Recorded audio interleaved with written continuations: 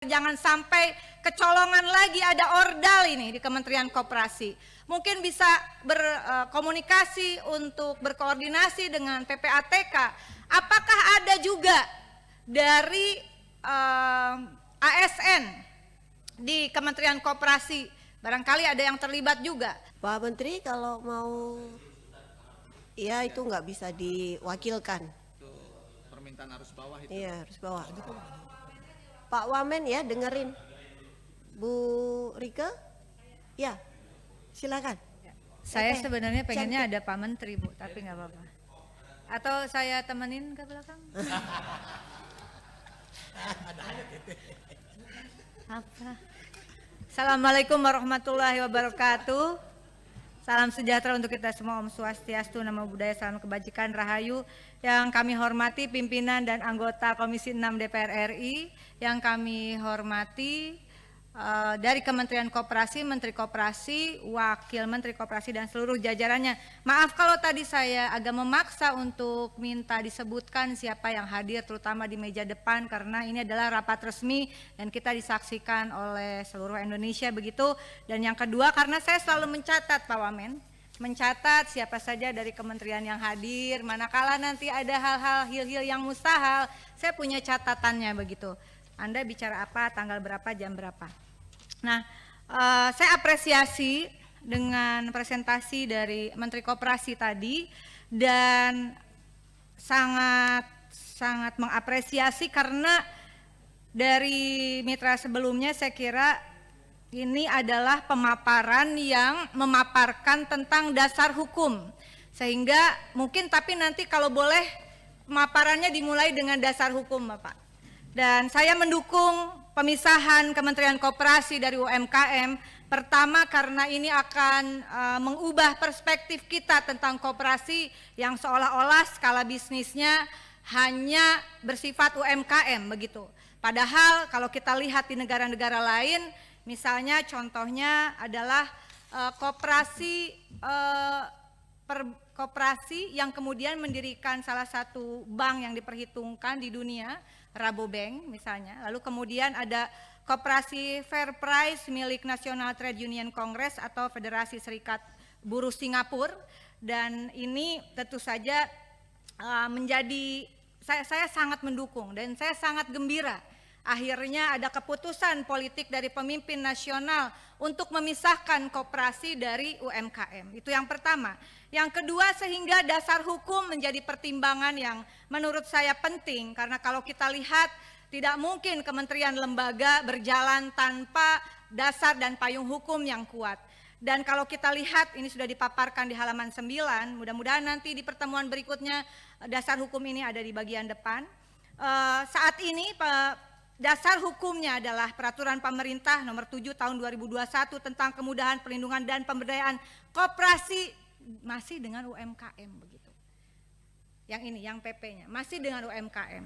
Sehingga kehendak yang luar biasa dari Presiden Prabowo ini, rasanya kita juga perlu memperbaiki aturan atau regulasi. Saya masuk ke politik legislasi, dan politik legislasi kita tentu saja berdasarkan Undang-Undang Nomor 12 Tahun 2011 tentang pembentukan peraturan perundang-undangan. Di pasal 7 ada hierarkinya. Hierarki tentang pembentukan peraturan perundang-undangan dimulai dengan, betul sekali di sini, Undang-Undang Dasar tahun 1945 pasal 33 ayat 1. Perekonomian disusun sebagai usaha bersama berdasar atas asas kekeluargaan. Ayat 4-nya, perekonomian nasional diselenggarakan berdasarkan atas demokrasi ekonomi dan seterusnya begitu. Dan yang luar biasa adalah ini pertama kali kementerian di dalam hierarki pasal 7 ayat 1 tersebut, Undang-Undang Dasar, lalu TAP MPR begitu, undang-undang, baru peraturan presiden, Perpu dan sebagai undang-undang atau Perpu, lalu kemudian peraturan presiden dan sampai peraturan daerah. Di ayat 2 hierarki memperlihatkan power dari setiap peraturan perundang-undangan, yang di bawah tidak boleh melampaui atau melanggar peraturan perundang-undangan di atasnya. Dan di sini luar biasa, belum pernah ada di dalam rapat atau saya lupa, tapi Kementerian Koperasi di era kepemimpinan Bapak sekarang memasukkan ketetapan MPR nomor 16 MPR RI/1998. Karena ini menjadi penting. Tentang politik ekonomi dalam rangka demokrasi ekonomi pada pasal 5, usaha kecil menengah dan koperasi sebagai pilar utama ekonomi nasional. Ini menjadi konsideran hukum menimbang. Saya langsung masuk pada usulan. Politik legislasi, saya bedakan politik legislasi, politik anggaran, dan politik pengawasan. Bapak, kita harus bekerja cepat dalam saya kira 100 hari kerja ini. Ini bisa dikerjakan simultan oleh tim di Kementerian Koperasi. Oleh karena itu saya mengusulkan di dalam rapat ini agar segera disusun naskah akademik dan draft perubahan atas Undang-Undang Koperasi begitu. Apakah akan usulan dari Kementerian Koperasi atau usulan dari Komisi 6 nanti dibicarakan. Tetapi intinya dasar hukum itu menjadi penting untuk pembentukan Kementerian Koperasi, pendirian Kementerian Koperasi, berikut turunan organisasinya dan nanti politik anggaran dan politik pengawasannya dan skup dari klasifikasi koperasi. Nah, saya ingin menekankan beberapa hal di dalam politik legislasi ini. Ada yang namanya Bapak nanti karena ada catatan-catatan penting di dalam Undang-Undang Cipta Kerja yang juga saya kritisi sebetulnya pada saat pembahasan, bahwa misalnya koperasi ini heavy-nya bukan pada investasi finansial, tetapi pada pembagian hasil terhadap anggota begitu. Dan bisa dilihat nanti di Cipta Kerja, marilah kita perbaiki di revisi Undang-Undang Koperasi. Sistem DAIFI ini menjadi penting, saya sampaikan, diusulkan oleh Dr. Charles Howard, mungkin bisa menjadi bagian naskah akademik. Sistem manajemen kebijakan pembagian keuntungan berdasarkan partisipasi pekerja dan konsumen, tidak hanya dari dasar investasi finansial. Pembagian keuntungan didasarkan atas transaksi lain seperti tenaga atau pikiran serta tanggung jawab jabatan dalam model koperasi pekerja. Pembelajaran untuk koperasi konsumen dengan prinsip buy more, get more, dan kemudian hasil produksi untuk koperasi produsen, begitu. Dan kemudian yang kedua adalah pengambilan keputusan, tidak tertumpu pada satu orang tapi juga dalam mengambil keputusan yang dasarnya adalah setiap orang sama. Dan prinsip ini saya kira mohon dibantu juga dari tim Kementerian Koperasi, sistem dengan dasar keadilan partisipatif dan dasar keadilan untuk semua. Itu menjadi penting, menjadi ruh dari revisi Undang-Undang Koperasi. Yang kedua adalah terkait politik anggaran.